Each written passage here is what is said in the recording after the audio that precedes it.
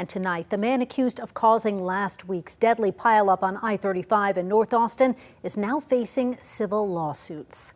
Solomon Wadikiel Araya already faces criminal charges after being accused of failing to brake in time on I-35 near Breaker Lane, leading to the fatal pileup. Investigators say he was on CNS depressants at the time. 5 people were killed and 11 others hurt in that 17-vehicle crash. Victims have filed civil lawsuits against the driver and his employer here in Travis County and in Dallas County, where his employer is based. KVUE's Jessica Cha joins us now in the studio. And Jessica, you spoke with the attorney for the man who filed that Travis County lawsuit yesterday. That is correct, Quita. I spoke to Brad Beckworth, who's representing Nathan Gennard, who is currently in the hospital recovering from the multiple injuries he got during the crash. And he says these victims' lives will never be the same and hopes this lawsuit holds large corporations accountable so accidents like this never happen again.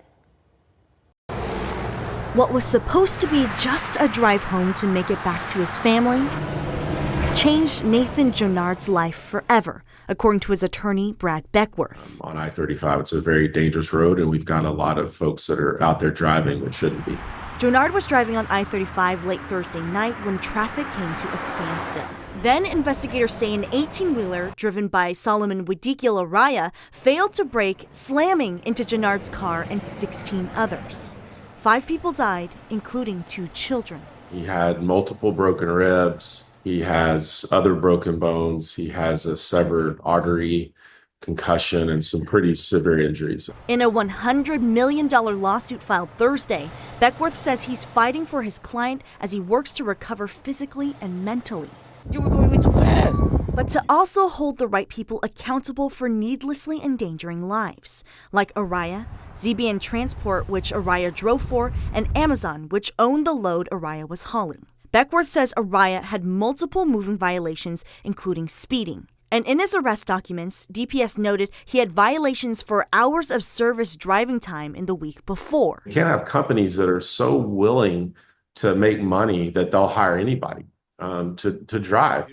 Beckworth says the lawsuit is also a message to state lawmakers. He says some proposals at the Capitol could make it harder for victims of crashes to recover damages and harder to convict truckers if they're at fault. You know, our client's standing up for himself, but for all of you in this community as well. And that's the thing I think I want everyone to take away from why we filed right now and why we're going to pursue this all the way to trial. Now, we also reached out to ZBN Transport and Amazon for comment.